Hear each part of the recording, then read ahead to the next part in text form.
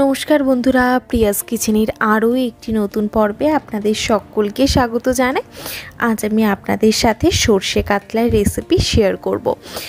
কাতলা মাছের কালিয়া কিংবা দই কাতলা তো অনেক খেয়েছেন, এবারে একবারে সর্ষে কাতলাটা ট্রাই করে দেখুন, অসাধারণ লাগে খেতে। আর আমি একটু অন্যভাবে বানিয়েছি, এইভাবে আপনারা একবার ট্রাই করুন।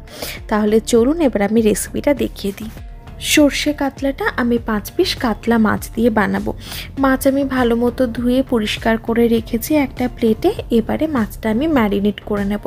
মাছটা ম্যারিনেট করার জন্য প্রথমেই দিয়ে দিচ্ছি স্বাদ অনুযায়ী লবণ, তারপর দিয়ে দেব 1/4 চামচ মতো হলুদ গুঁড়ো, 1/4 চামচ কাশ্মীরি রেড চিলি পাউডার আর 1/2 চামচ মতো সর্ষের তেল। সর্ষের তেল দিলে মশলা মাছের গায়ে ভালো মতো লেগে যায় আর মাছ ভাজার সময়ও তেল ছিটবে না, তাই জন্য আমি সর্ষের তেলটা দিচ্ছি। এরপর হাত দিয়ে ভালো মতো মশলাগুলো মাছের গায়ে মাখিয়ে দেব।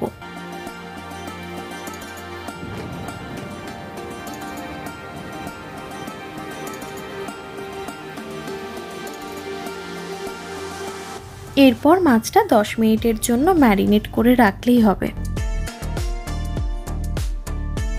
মাছ ম্যারিনেট করা তো হয়ে গেল। এবারে আমি সর্ষে পোস্তর একটা পেস্ট বানিয়ে নেব, যার জন্য নিয়ে নিয়েছি একটা ছোট সাইজের মিক্সার গ্রাইন্ডার। তার মধ্যে দিয়ে দিচ্ছি 3 টেবিল চামচ কালো সর্ষে। আপনারা চাইলে কিন্তু কালো সর্ষের পরিবর্তে যে হলুদ সর্ষেটা হয় সেটাও ব্যবহার করতে পারে, কিংবা কালো সর্ষে আর হলুদ সর্ষে দুটো মিশিয়েও ব্যবহার করতে পারেন। তারপর দেখুন দিয়ে দিলাম 1 টেবিল চামচ মতো পোস্ত, সামান্য একটু লবণ আর দিয়ে দেব 2টো কাঁচা লঙ্কা।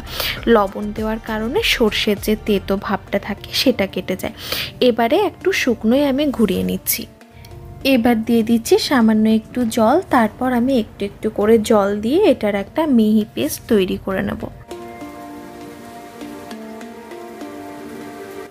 এবারে মাছটা আমি ভেজে নেব, তাই জন্য কড়াই ভালো মতো গরম করে নিয়েছি প্রথমে। তারপর দিয়ে দিচ্ছি 2 টেবিল চামচ মতো সর্ষের তেল। আপনারাও সর্ষে কাতলাটা চেষ্টা করবেন সর্ষের তেলেই রান্না করার, রিফাইন তেলে কিন্তু খুব একটা ভালো লাগবে না খেতে, তাই জন্য সর্ষের তেলেই ট্রাই করবেন রান্না করার। দেখুন এরপর দিয়ে দিচ্ছি সামান্য একটু লবণ, যাতে কড়াইতে মাছটা ভাজার সময় সেটা চিটে না যায়। তেল ভালো মতোই গরম হয়ে গেছে। এবারে একে একে ম্যারিনেট করে রাখা মাছগুলো ছেড়ে দিচ্ছি। মাছগুলো উল্টে পাল্টে এবার লালচে করে ভেজে নেব।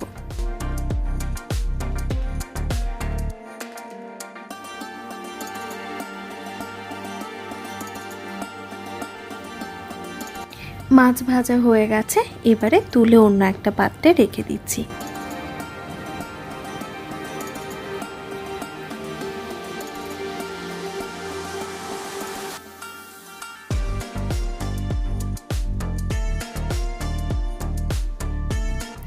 এবার যে তেলটা বেঁচে আছে সেটাতেই আমি সর্ষে কাতলার গ্রেভিটা বানিয়ে নেব। তাই জন্য ফোড়নে দিয়ে দিলাম 1/2 চামচ মতো কালো জিরে আর 3টে কাঁচা লঙ্কা। ফোড়ন ভালোভাবে নাড়াচাড়া করে নিচ্ছি। এরপর দিয়ে দিচ্ছি 1/4 চামচ মতো হলুদ গুঁড়ো আর 1/2 চামচ কাশ্মীরি রেড চিলি পাউডার। গরম তেলের মধ্যে হলুদ গুঁড়ো আর কাশ্মীরি রেড চিলি পাউডার দিলে কিন্তু গ্রেভির কালার বেশ ভালো, তবে এই সময় মশলা তেলের মধ্যে জ্বলে যাওয়ার একটু চান্স থাকে, সেই জন্য গ্যাসের ফ্লেমটাকেও একদমই লোতে রাখতে হয়।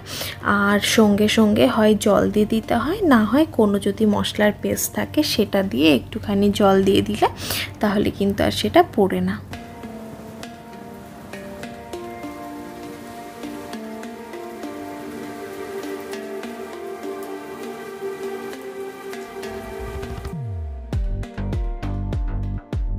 দিয়ে দিচ্ছি মিক্সির জার ধুয়ে রাখা একটু জল, যাতে বাকি মশলাটা ইউজ হয়ে যায় আর সাথে জলও দেওয়া হয়। তারপর নাড়াচাড়া করে নিয়ে আবারও আরেকবার একটুখানি জল দিয়ে দেব। তারপর দেব সামান্য একটু লবণ, তবে লবণটা একটুখানি ভেবে চিন্তে দিতে হবে, কারণ মাছটা ভাজার সময় একবার লবণ দিয়েছি, সর্ষেটা মানে বাটার সময় একবার লবণ দিয়েছি, মাছটা ম্যারিনেটও করার সময় একটু লবণ দিয়েছি, তাই জন্য এই সময় লবণটা একটুখানি কম দিলাম। এরপরে ঢাকা দিয়ে রান্না করে নেব মোটামুটি 5 থেকে 7 মিনিটের জন্য, একদম লো ফ্লেমে।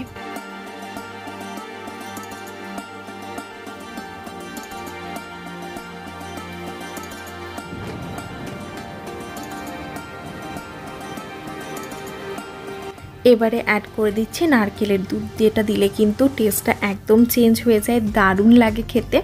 এখানে আমি 100 ml মতো নারকেলের দুধ দিলাম, যেটা মেজারিং কাপে হচ্ছে 1/2 কাপ।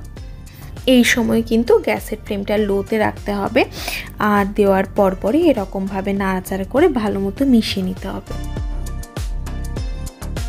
এরপর আবারও ঢাকা লাগিয়ে আমি মশলাটা কষিয়ে নেব মোটামুটি 10 মিনিটের জন্য একদম লো ফ্লেমে।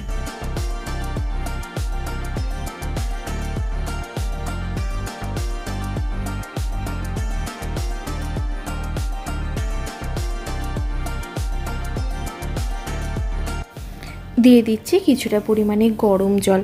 আপনারা যেরকম গ্রেভি রাখতে চান সেই অনুযায়ী জলটা ব্যবহার করবেন, আর অবশ্যই কিন্তু গরম জল ব্যবহার করবেন, ঠান্ডা জল কিন্তু একদম ব্যবহার করবেন না।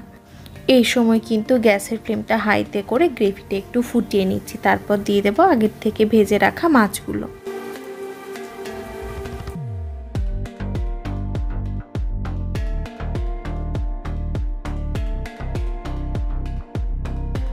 দিয়ে দিচ্ছি সামান্য একটু গুড়ের পাউডার স্বাদটা ব্যালেন্স করার জন্য। এরপর আবারও আমি ঢাকা দিয়ে রান্না করে নেব 10 থেকে 15 মিনিটের জন্য লো টু মিডিয়াম ফ্লেমে। এরপর 1/2 চামচ মতো সর্ষের তেল দিয়ে দিলেই কিন্তু এই সর্ষে কাতলা সার্ভ করার জন্য একদম রেডি হয়ে যাবে। গরম গরম ভাতের সাথে খেতে কিন্তু জাস্ট অসাধারণ লাগে। আপনারা একবার এভাবে ট্রাই করে দেখবেন, আর কেমন লেগেছে আপনাদের সেটা কিন্তু অবশ্যই কমেন্ট বক্সে জানাতে ভুলবেন না। আর ভালো লেগে থাকলে ভিডিওটা একটা লাইক আর বন্ধুদের সাথেও একটু শেয়ার করার অনুরোধ রইল। তাহলে চলুন আজ এই পর্যন্তই, আবারও দেখা হবে আর অন্য একটা ভিডিও নিয়ে। ধন্যবাদ, ভালো থাকবেন।